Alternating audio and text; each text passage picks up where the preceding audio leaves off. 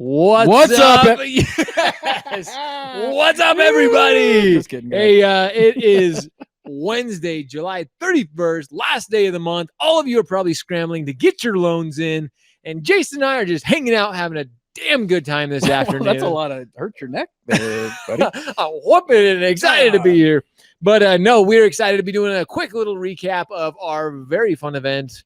I don't know if I can go say very fun, but it was an eventful event at the Inman Connect conference, and we're going to be talking about some things that you absolutely want to be hearing about. So definitely stay tuned. And as always, if you're joining us live, make sure you comment #shred. And if you're joining us on the replay, make sure you comment #hustle. That means you're out there, you're working, you're hustling, and you're coming back to watch us after the fact. Jason.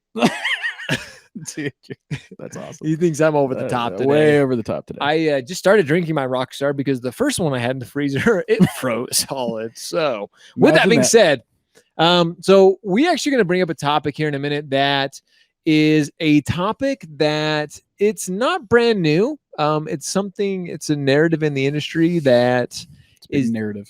It's a narrative, that's for sure. It's the biggest narrative but you're ever going to see. Fintech. Yeah. So first, let's do the recap. So I know we said fintech, and we're going to get into that. There was something that was shared today. Now it's an older post, I've seen it before, but I also did some research because I was like, that spurred me to look at some other things, some other news cycles and everything else. And so I'm going to have some of that data as well. But let's start with the recap of Inman Connect. Last week. So I just recently released my article and video about my thoughts from 30,000 feet that I write usually after every trip, conference, speaking engagement, blah, blah, blah. So I just did that where I focused a little bit on some of that. So you can check that out on LinkedIn. But Inman Connect. So obviously we were excited to go to Inman Connect to see some friends, reconnect with some colleagues, get some content, talk with some companies, seeing what basically on the real estate side, on the mortgage side, we live it every single day, and even on the real estate side for the most part. But this allows us to connect with so many different professionals in the industry, so many different vendors on the real estate side that we don't know, to see what kind of technology and services. And we're going to be doing some spotlights on them. Of those that we met at Inman Connect. So first and foremost, it was exciting for us to be able to speak at Inman Connect a couple times, be on stage. We also sponsored the marketing track, at Inman, which we will never sponsor ever again, and not to cast any shade or anything, but we're not going to get into it. Just the point is that we did it once. Wasn't a great experience, and we will never do it again. But besides that, the best part for me about Inman Connect always is the networking with professionals, with our friends, colleagues, absolutely hearing what they are concerned about, not whatever. And this is not a thing on Inman. Like most major conferences, they'll bring out the same people again and the same topics and just kind of beat that horse to death. So it's always good to hear what the agents themselves absolutely are interested in, what they care about when it comes to their business, as opposed to what they, the conference believes that they should be projecting out. So on that, I want to say something on that real quick, because Danny Fee, is that Danny's last name? Danny Fee. So I had a great conversation. Shout out to our good friend Danny Fee. Had a conversation with him over lunch one of the days. And what's really interesting is Danny is a very successful real estate agent. Yep. I mean, he's closing way more than average, way more than the average real estate agent does. And what's interesting, as successful as he is, we were having a conversation about the relationship between loan officer and real estate agent. What does that look like? And Jason, you hit the nail on the head. I love going to these conferences because we get a lot of feedback. We get to hear things that most people don't, being that we that we have the opportunity to do what we do. And talking to some real estate agents, he was just so, when it came to being educated in the mortgage space, now again, I talk about this a lot.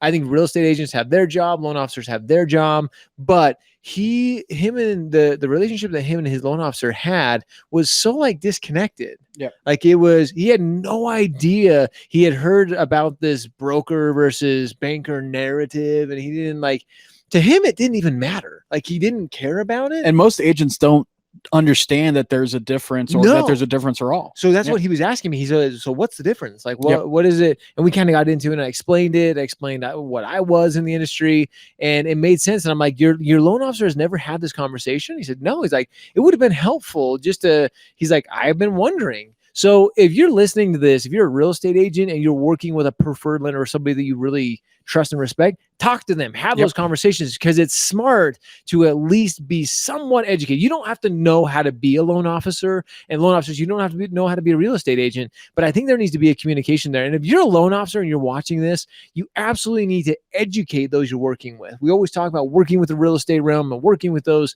and winning those relationships, but part of winning a relationship is being somebody who is educated. You're a master of your career. You're a master of your craft, if you will. So that was something that was, and it wasn't just Danny that I had that conversation with. There's probably 2 other real estate agents that I had a very similar conversation with. They just didn't understand. They don't understand at all what we do. And so I think as the mortgage industry, as things shift, as we're going to talk about fintech, this kind of leads perfectly into this conversation we're going to have.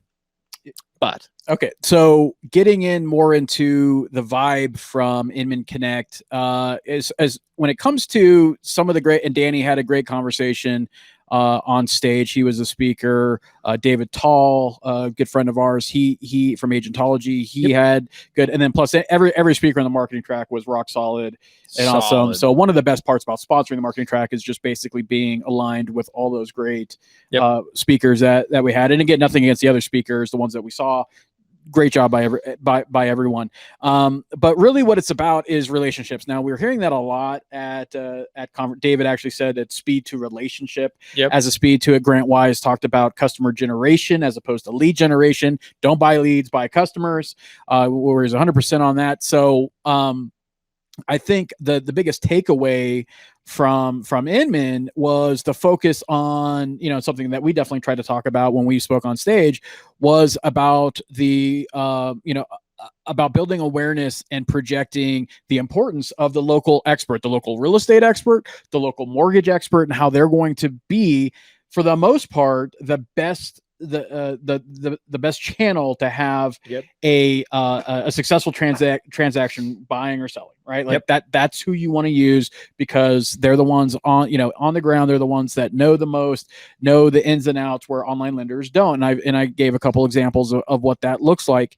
So that, to me, that was my biggest takeaway from Inman, and mostly from some of the speakers, but mostly from just talking with the people there, is about relationships, not about lead generation and all other stuff. Absolutely. But about relationships and different things to do on social media. It wasn't like it, and we're going to get into iBuyers, which is part of my 30,000 foot article in fintech and about that, and doing interviews with CEOs that are suing each other, or companies that are suing each other and stuff.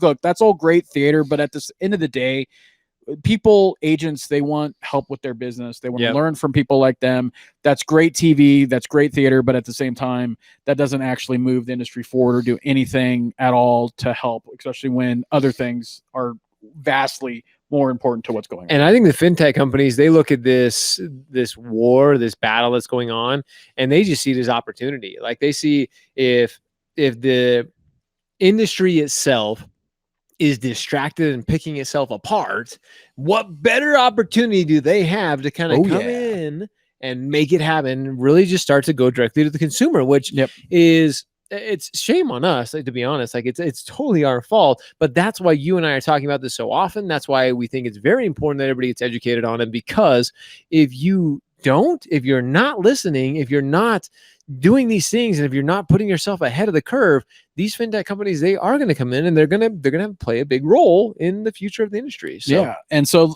one of the big topics, understandably, and again, this is in my article, but I'll talk about it here, is about iBuyers and market share and whatnot. And everyone needs to understand, like, you can scoff all you want at iBuyers, but we need to understand, as an industry, we are wrong a majority of the time about what consumers going to care about, what consumers are going to do. And when it came to iBuyers, here's some percentages that you guys should find amazing. One is that Open Door in the Phoenix market has about 6% of the market. Yep. That's pretty crazy, especially from a model and a market that everyone said would never happen. So let's just just accept the wrongness that happened with that. Then we have a stat that Chelsea Pites shared on her Instagram stories to where that in the Phoenix market that 40% of sellers actually are getting iBuyer quotes on, so direct selling their houses without going through an agent. Now, it doesn't mean 40% are doing it. It just means 40% are actually knowing about the model that didn't really exist too long ago. And are actually looking at that as a viable alternative to doing traditional. And then I read another article by a financial company that was doing a deep dive in the stats of the iBuyer model within the Phoenix market, because that's basically ground zero for this. And they said it was 70%. That should just understand, like, from a consumer standpoint, like 70%. Look at the traditional real estate model, which has lasted, it's been over a century, right? It's been longer than that. Let's say over 100 years, right? If we're going to talk about iBuyers, maybe we go back, 5-6 years, whatever, probably. Something like that, maybe a little bit longer. And people are already looking at that as an alternative, not saying they're doing it, but an alternative. As something that's been around forever. That should be telling to you as far as the narrative of new things versus old things. And so I want to clarify real quick, because we were talking about iBuyers the other day, and somebody commented on one of our other videos when we were talking about iBuyers. They asked, what is an iBuyer? Okay. Which, this is a great question, because we're talking about iBuyers, and sometimes, because Jason and I were so involved with everything that goes on in the industry, we sometimes I think we forget the simplicity of it. Sometimes, so to explain what an iBuyer is you have companies like Redfin. Redfin's probably one of the... No, Redfin. Well, they're teaming up to do with Open Door. Yes, Open Doors and iBuyer. Open Doors is probably OfferPad, the biggest, right? Knock, Zillow. Zillow's doing Zillow an iBuyer. Also. So an iBuyer is when somebody goes to sell their home, and before it is even listed, is they're getting an offer from one of these iBuyers. It's basically an electronic offer saying, hey, we're willing to offer you X amount for your home. Now, there's a lot of questions and a lot of argument on whether or not that they're lowballing people for their home, and usually it's a little bit low from everything that we've seen. Now, because you got to remember, they're not listing the house, and that's how they're selling you as well. It's like, hey, you don't have to list your home. We're just gonna buy it. We can close quicker on it. And again, we have heard the good, the bad, and the ugly when it comes to the iBuying experience. We're not going to get in that much today, but just I wanted to make sure everybody watching, you are familiar with what an iBuyer is. So it is somebody who is getting the I stands for internet buyer, right? Is that what it stands for? No, it's investment. Investment buyer? See, because I didn't even know what the I stand for. So you don't need to know. But an investment buyer, they are getting these offers, and they're quick. Like, they are absolutely, like you said, Jason, it's one of those things, especially in the Arizona market, which is kind of the breeding ground of it all. These offers are they're starting to run rampant, and we've heard, like I said, everything about them. Yeah. And when it comes down to it, just understanding is that of course, when they came out, everyone's like, well, no, because the narrative from the traditional industry, like our industry, would say, well, they're going to, that the buyer or sellers are always going to net less. They're going to pay the fees. Absolutely. It'd be a large. And so the consumer would never do that, because they would be losing out on their equity compared to paying an agent. So which is absolutely true for the majority of it. However, there are some circumstances where it makes sense to take an iBuyer quote, right? Because you never know. Like, sometimes it takes more than 30 days to sell a house. Maybe they got transferred. There's any number of reasons as to the 6% market share. There obviously is a lot of reasons on why you would take an iBuyer quote. Now, is that a majority of the consumer base? No. Are they going to take a large part of the market share at these prices when you're going to most likely net less and lose thousands of dollars? Probably not. But sometimes it makes sense. So we can't just paint with a wide brush saying that all the time it's always going to be a bad situation. A big majority of the time it is, but not always. So we just need to understand that. When it comes to the iBuyer quotes, and understanding and again, to play to what Josh was talking about, if you don't understand this, like, their fees could be anywhere up to 8 to 10%. And I've heard even as high as 12% with like fixes and repairs and stuff, as opposed to the normal, the normal average 6% of commission to sell your house. But this is what I want everyone to understand, right? So think about that. Think about the difference between 6% to 10%. And I saw some interviews with people on why they decided to go that route. And a lot of it, not all of it, but a lot of it had to do with not wanting to deal with the real estate agent. Can you imagine? And I really want this to hit home because this also translates to the mortgage side as well. Can you imagine that there are consumers out there that are willing to lose tens of thousands of dollars so they don't have to deal with the whole real estate process? I can believe it because I've seen some really I can believe it, but just I want everyone to understand we can't just say that the agent is the best. And I'm going to get into some of the comments and stuff research that I did today on that piece as far as perception, and we've talked about that a million times. But just understand the perception going on. Now, it doesn't help that we have lawsuits against from agent to agent that's in the news. It doesn't help that we have lawsuits about commissions and antitrust going on in the news. The narrative, which we've said a million times, that it doesn't matter who wins that case. The narrative is already there, and the industry is going to lose regardless of who comes out on top, whether it just because then how people are thinking it. I'm seeing this in my own sphere, people, my own family and friends when it comes to buying and selling the house. I had a cousin of mine recently just tell me, like, should I be going to Zillow, going through Zillow Home Loans? I've said absolutely not. I refer them to a good mortgage broker friend of mine in that area. And so that went there, and again, I stayed out of it. But the point is like, that was his first inclination. And guess what? Zillow hasn't been a mortgage lender for very long. Right. And that was his first inclination. The second one was probably Quicken. And we're going to get into some crazy stats in that regard. But that's what everyone needs to understand is that, like, even if it is a bad deal, if the perception is that it's going to be better for them, like frustration wise, to be more seamless, we know that consumers will pay up to a 25% premium for a good experience. Always, right? Always. And just look at flying first class, right? You're starting off at the same spot. You're getting to the same spot. It's the experience while you're in the air that you're paying for, right? The results are no different, but the experience during the journey is what matters, and that's what people pay for. So just everyone needs to understand that. They want that hot towel. That's the one thing that separates them. It's worth the hot towel. It's just worth the hot towel itself. So I think this is one of those conversations too that there's a lot of people talking about it, but actually understanding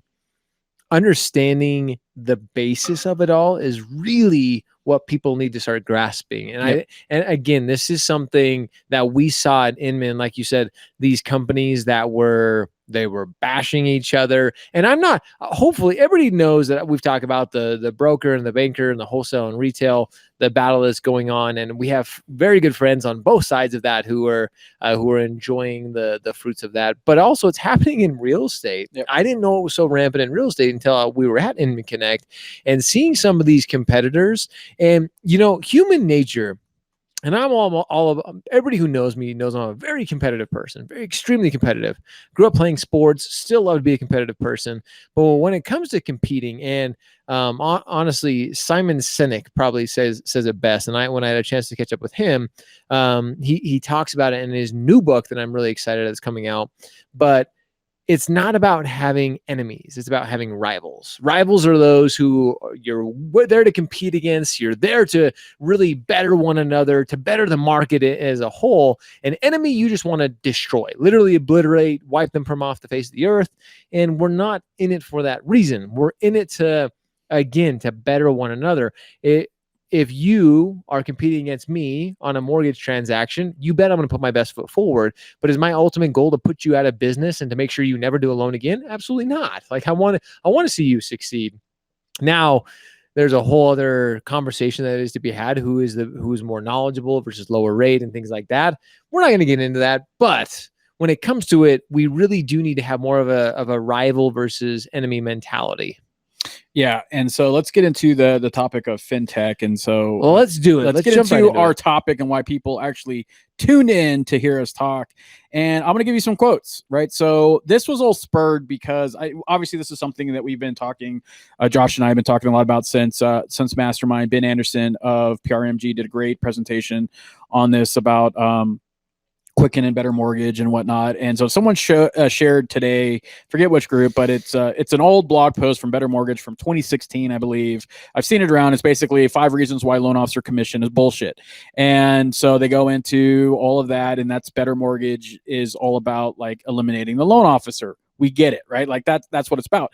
But I was looking at some recent articles, and here's one. When I was talking about loan officer commission, I was just doing a quick search. Yeah. One of the top things that come out was, or one of the articles that come up is Investopedia, and the title is protecting yourself from mortgage loan officers. Wow. So that's a great title, right? So that's awesome. But let me give you some other quotes that I got from various articles, and these weren't like little crap blogs. These were, people that were, in the know, in the financial markets and whatnot, talking about mortgage poor customer service being one of the top complaints of consumers. So change is in the mortgage industry is necessary and in fact welcome, right? The mortgage industry has never been user friendly or well understood by the average consumer, right? So that's another thing. Also looking back, understanding that just really like 10 to 12 years ago, the real estate agent was the center of the home transaction. Yep. Right. You had to go through that to get all the good information. That is simply not the case. That is a decade. Yeah. A decade of change in an industry that's been around forever, to where what used to be the core and what used to be fact is no longer so. Nope. So everyone needs to understand that as well. But here is some things that we all need to understand in mortgage. We talked about Quicken and disruption and stuff like that. As I was doing this, looking at keywords, looking at website traffic, because I like to go deep when we have these conversations. But check this out. So when I was just doing searches for disruption and mortgage, what people are talking about, 2 search terms came up, and I'm going to give you the stats on it, which are just mind-boggling. Sweet. So 2 companies came up when searching disruption and mortgage. Uh-oh. Guess what number 1 was? Quicken. Guess what number 2 was? Zillow. SoFi. Really? Which I was surprised by, just with everything going on. Quicken, not a surprise. But guess what the monthly volume of search terms when it comes to that include Quicken? Ooh, millions. Well, actually, not that much. But now you just really took the wind out of everything. I'm sorry, but it's 386,000. Wow, people searching. That's a lot. SoFi had 200,000, over 200,000. SoFi, really? So those are the hits for those search terms when it comes to disruption of mortgage. Quicken number 1, SoFi number 2, 368,000 hits for that, and 200,000 hits going to SoFi. So over half a million of hits going to just 2 companies, SoFi and Quicken Loans. Eventually, that will also include Zillow and Amazon and everything else. So for those who don't know who SoFi is, SoFi started out as a student loan company. They started doing student loans. They realized they have all this data on millennials, on younger generation buying homes. So they said, why don't we get into the mortgage space? And they did.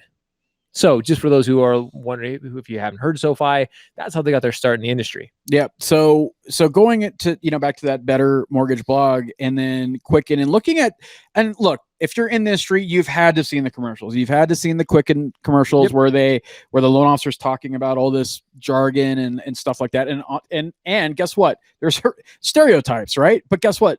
There's a reason why some stereotypes are, people laugh at, because for some part, like when it comes to like business and stuff, they're true, right? Like, Absolutely. a lot of industry jargon. I mentioned the quote where the average consumer, it's not understood, mortgage terms and all the other good stuff. There's a reason why the stereotypes for our industry happen, is because they're true, right? Like to a certain extent, right? Not all loan officers are created equal. Not all real estate agents are created equal, right? There's a lot of bad players I want to say a lot, but there's bad players on both sides, right? So that it just happens. And unfortunately, that's what people know. That's the narrative that's shared out there. And that's what fintech is hoping for. Now, there are 2 channels of fintech. When we say fintech, and a lot of people just paint that with a wide brush, there is fintech that is good because it is based on is helping the traditional model reimagine the process and be better. They're not looking to replace anything. They're not looking to just, to completely decimate what we do as an industry. They're looking to enhance it, improve it. And those are the partners.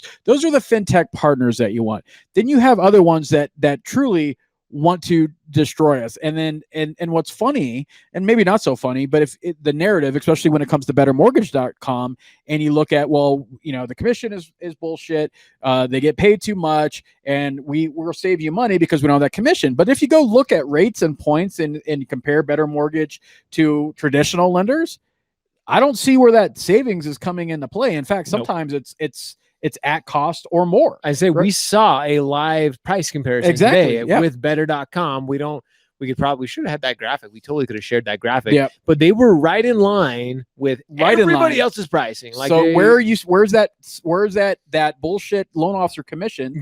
That's gouging the consumer. Where is that coming into play? Yeah. Right. So if anything, that should be a worse narrative for Better Mortgage, saying, okay, great, I'm not paying the commission, but obviously I'm just pocketing it myself. You're just pocketing that yourself and calling it your sales fee or whatever you want to, convenience fee or whatever, know? See, and that's just it. And that's why being educated and talking about this. And Jason, I love that you brought up, because fintech has such a negative narrative right now. So everybody's like, oh, fintech's bad. As a matter of fact, there's some incredible fintech companies that we've met with that we are huge fans of. Like Simple Nexus. Nexus. Perfect example. FinLocker, Brian View that we talked to. Like, there's some really great companies out there right now who are in it for the consumer, who are in it for us and bettering the industry. There are just a few who are tainting it for the rest of us. And like you said, Jason, they are truly, their vision and what they want is to put us out of business. Now, I am absolutely of the belief that the mortgage transaction, the real estate transaction, will need that human interaction. It has to have that relationship. We started out talking about Inman and how we love building relationships. By nature, humans, we love that human interaction. We love building relationships. That's just how we are programmed. Now, I don't think robots can I don't ever see them being able to connect on a level in that way. But technology there, and what's funny too is people talk about millennials, my generation, of like, oh no, they want to use their phone and do an entire mortgage transaction. That's absolutely not true. And I've talked about this on the show many times. It's absolutely not true. Yes, there's a small majority who all want just a completely mobile transaction, but the majority of us, we still like connecting. We still like having that conversation. We're not experts in it. It's funny, the more and more conversations I have with millennials, it's baffling to me how uneducated they are about the mortgage process. And they can go read every blog and read everything, but when it comes to it, they still want that human interaction. They still want to have that conversation. They want to lean on you because you are the expert, you're the advisor, and they trust you for that advice. Yeah, and I want you to think about this. Think about everything, all the documents, everything that happens during a mortgage transaction, right? They have no one to talk to. Do you really think and look, even with loan officers and agents, we know that consumers don't read all the documents. They don't read everything, right? Can you imagine that after there's no human involvement in how we're, one day, why is this happening? Why is that? Oh, let me talk to someone. Nobody to talk to, right? Like, so that's the thing, is like, what machine learning, artificial intelligence, what automation, what technology is going to replace are mechanical functions, which, as it should, right? Like, it should help loan officers do their job more efficiently, seamless, help more people, things that are more mechanical, looking at files and stuff like that. That's going to be done by AI and machine learning. To all those people that are currently doing mechanical positions, I apologize, but that's just what's going to happen, right? Like that, always, right? It always happens to every industry. If they could figure out a different way to do it and a cheaper way to do it, they will. So that's going to happen. But as far as the importance of an agent, I know personally, from looking at houses, buying houses myself, going through the mortgage process, if there was no human interaction on the transactions I was dealing with, that would have sucked. I mean, look at, for example, anybody on Facebook ever try to contact support for Facebook? There's no humans, right? And everything is cookie cutter. Everything is a zero help template and stuff like that. Like, so look, we know what it's like to be in a fully automated when you actually need some human interaction. And Josh, who is a millennial, will tell you, and so will a lot of people, is like, the biggest lie you'll be ever told is that they don't want to have relationships with the products that they're doing. In fact, they want to have better relationships. They just do it in a different way, right? So maybe texting, and maybe Facebook Messenger, Instagram, whatever it happens to be. It's just done in a different matter. And so this being the biggest financial transaction that majority of people are ever going to have in their entire life, there needs to be some human interaction. There needs to be a professional and expert because the computer isn't going to be we see it with the Zestimate, right? Oh, absolutely. That isn't right. Can you imagine if we were only going off of that? Like, values would be upended. So that's what we're talking about, is when we talk about fintech and helping the industry that we have and helping it be better and what it needs to be for the modern consumer and in the modern age. And then we have fintech that truly thinks that we have no value, that we're just wasting time doing nothing. And everyone should really take that to heart, because it hasn't really taking them that long to tell that narrative. Quicken has not been around forever, right? Yep. So that means the players before them have lost a ton of market share by something that is relatively new, that hasn't been around for a very big percentage of time. So that should be telling to us as an industry that consumers are willing to try new things, to go with that Amazon effect. And I posted that earlier in the event, talking about how we want X, Y, and Z. Like, all of that should be something that's very telling to us as an industry that change is coming, and that consumers are not going to stand by and let us figure it out. They're going to go to whatever they think is next. And guess what? It could be a bad deal, right? It could be a bad deal. Like, sometimes if you go look at the app ratings for like Quicken, like Rocket Mortgage, and you'll see that it doesn't have a great rating, right? Nope. They could talk about JD Power all they want, but if you look at the weeds consumer, and we know some of them personally, it's not a great experience all the time, right? But yet that's not the narrative. That's not what people see, unfortunately, right? So it's up to us to say, like, hey, work with us. There's local experts. There's certain things that are going to happen during this transaction. Just because you do it online doesn't mean that these problems don't happen. They happen. And when they do, you want to have that local person that you can talk to. You want to have that local title agent, that local mortgage expert, that local real estate expert to talk to help you through things that are challenges, not be put in a phone tree or a call center.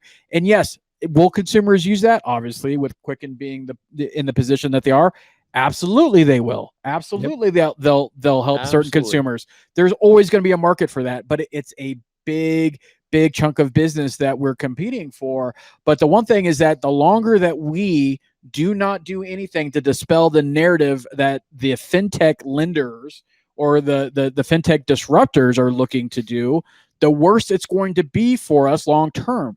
Think about where we are in 2019 as opposed to 2010. Remember some of the big mortgage players that were doing this and doing that? They're not even around anymore. They're not even a company anymore. Nope. And these were big companies. They've been bought, sold, whatever, went out of business.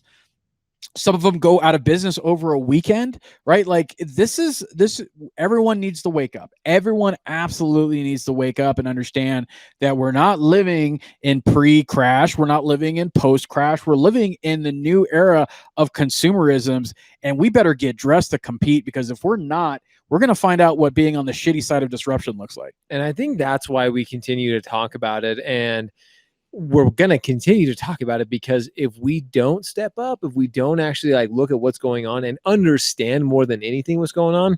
Again, I've been in this industry for a long time. Yep.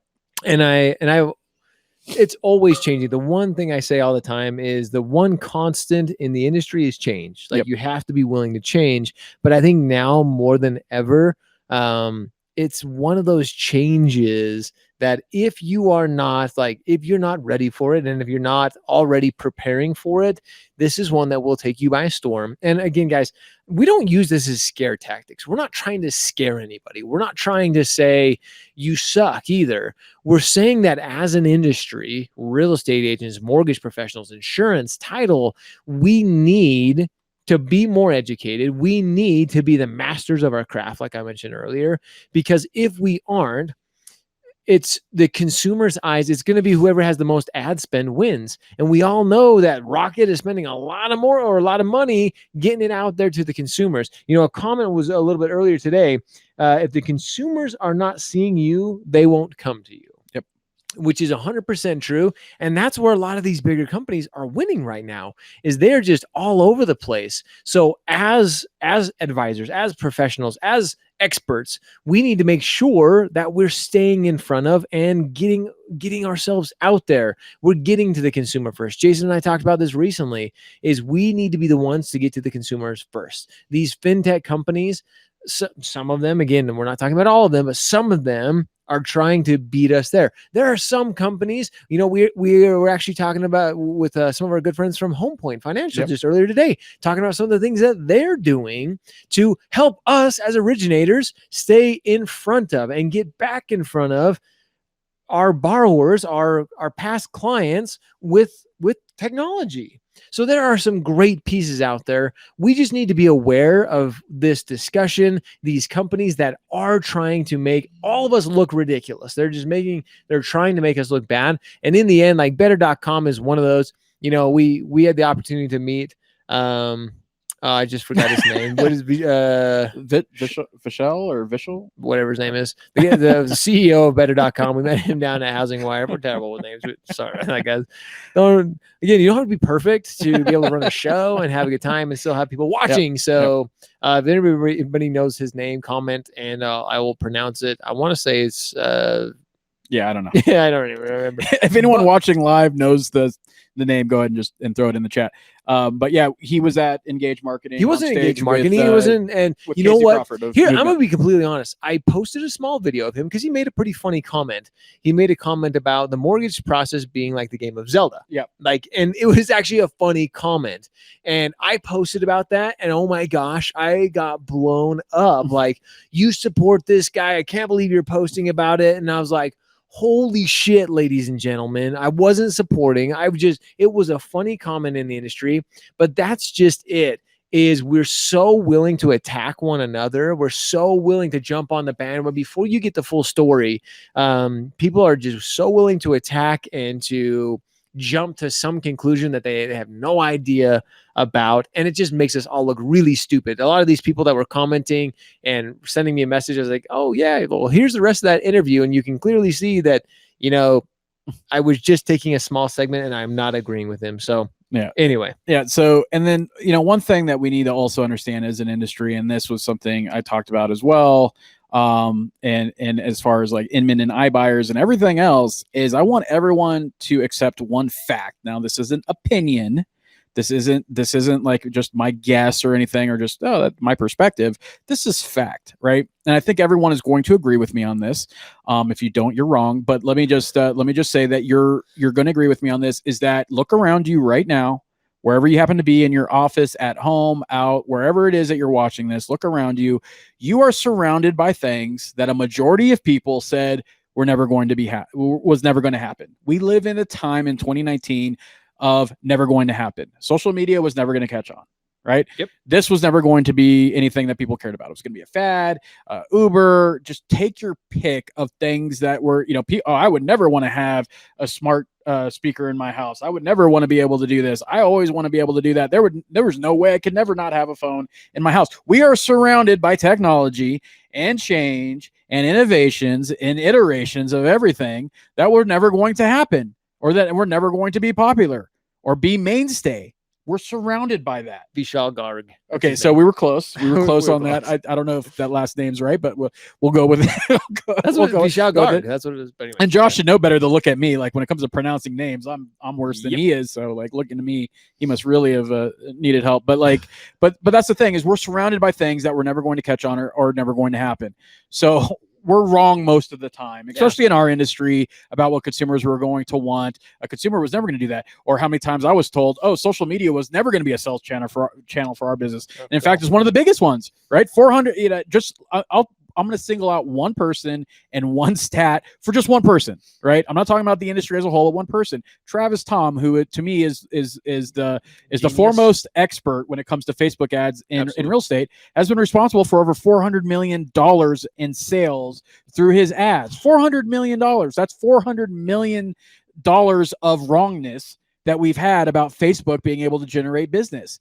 And so that's what I'm talking about. And this was like 8 years ago. I still see it today. Like if I hear anyone tell me about social media not being important or not helping business, if I hear that today, I don't even engage in conversation, because that's like you telling me, like, I don't think that oxygen is going to help me survive, but I've done so well so far. That's what I hear in my head. And then the fact that in 2019, that some in our industry still think that social media is important, or not building a brand online is important, and all that stuff.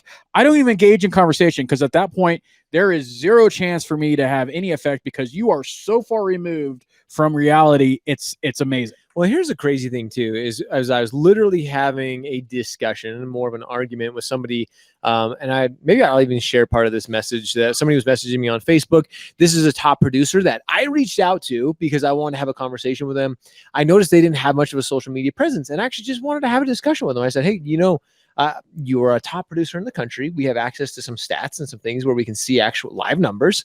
And I was looking at this top producer, and I just sent them a message on Facebook and said, hey, I noticed that you don't use it. Is there a reason why? And he literally responded that it's a waste of his time. And I was like, are you serious? He's like, dude, I've never got a single deal off of it. Granted, again, sure, I understand that. But like we've been talking about, change is coming. Like, and if you don't start, and if you don't recognize it now, I'm not saying you can't do and you can't build a business outside of social media, but social media is becoming, whether it's Facebook, LinkedIn, Instagram, Twitter, there's all these different platforms. Social media is a tool that almost, I can't even remember the statistic, but the major majority of all of our residents here in the United States are using social media.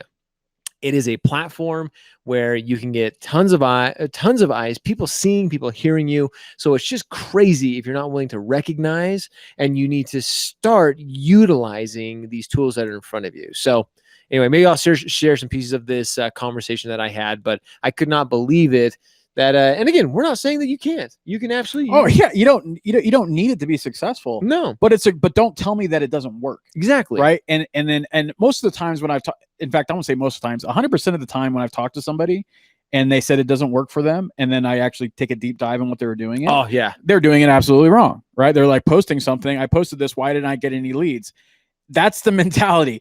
Social media is a marathon. It's not a sprint. It's the long game, right? Yep. You having a presence, you absolutely will get deals from it if you do it right and you do it consistently and you have a strategy behind it, just posting something. And I'm not joking. Like literally, I talked to one person and they said I posted a flyer. It was like some new mortgage program that they had just done. I posted this out, and after a week, I got nobody giving me a lead. And I was like, you literally just posted your flyer on your business Facebook page, and that was it. And some people had commented on there and they didn't comment back. Like I'm just saying, like, this is what you hear. So like, there's just too much evidence to the contrary that it does work and it works well. I know both real estate agents and loan officers that only do social media. Absolutely. They do nothing else. Yep. And that's how they build their whole book of business, and they're doing a pretty good job with it. It absolutely works. We're not saying that it's the only thing that works. We're not saying that other things don't work as well, or that they work, that you could do business without it. What we're saying is that it's important. Don't tell people it doesn't work, because it does. It does work. Back to our narrative of fintech, what we started this discussion about. Again, as we can continue to share information, have discussions about it, hopefully, again, everything that we share with you, everything that we're trying to provide are things that we truly, because Jason and I and so many of our close friends, the conversations that we're having, the discussions that we're part of, we're sharing these things for you. So again, to help you be educated and ultimately take this information back, and how can you take it and really benefit your borrowers? That's because it's your consumers at the end of the day that we're all trying to benefit. Because again, we all know that if some of these big companies get to the consumer first, they don't give a shit about them. They don't care about the relationship. It's all numbers. And that's why this is so important to us. We've seen people, we've heard the stories, we've seen it firsthand how consumers can get taken advantage of just because they don't know any better. Exactly. And it is up to us as an industry, as professionals in the mortgage, real estate, title, insurance, to be the ones to educate these borrowers, because if we don't, they're going to be taken advantage of. They're going to absolutely, and they just don't know any better, ladies and gentlemen. That's simply when it comes down to it. So that's what this discussion is about. And hopefully, sometimes we rant, sometimes we get off on topics, but we like to have a good time. We like to have fun with this. Well, and we like to share information. It's important to know. And the last thing that I'll leave you guys with, because this we titled this the fintech narrative for a reason, right? Because narratives matter, right? They just do, whether they're true or not.